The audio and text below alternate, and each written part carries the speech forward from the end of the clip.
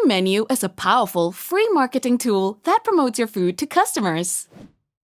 Just imagine, in that 1-minute window when customers are browsing for food, it's your list of food and pictures that will help them decide whether or not to order.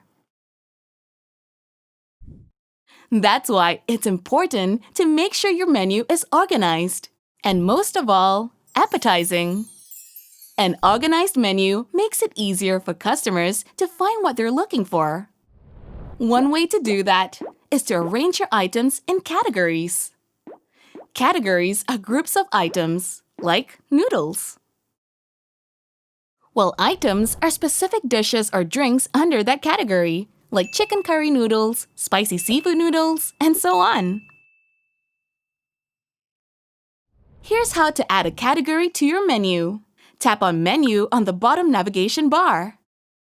Then, tap on Set up Menu. Tap on Add an item or category. Then, select Add a new category. Key in your category name. Select a menu from an existing menu list. And that's it! To edit or delete a category, tap on Edit. And you can either change the category name or delete the entire category. Under each category, you can add or edit items at any time. After tapping on Add an item or category, select Add a new item.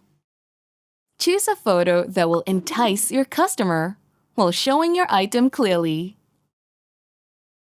That looks good. Describe your food so customers can imagine it better. Use words like homemade, traditional, juicy, fresh, crispy. Be specific. Include the quantity if it's relevant. Oh, and here's a pro tip. Use emojis to add flavor to your descriptions. Tap on Review Item, and you're done.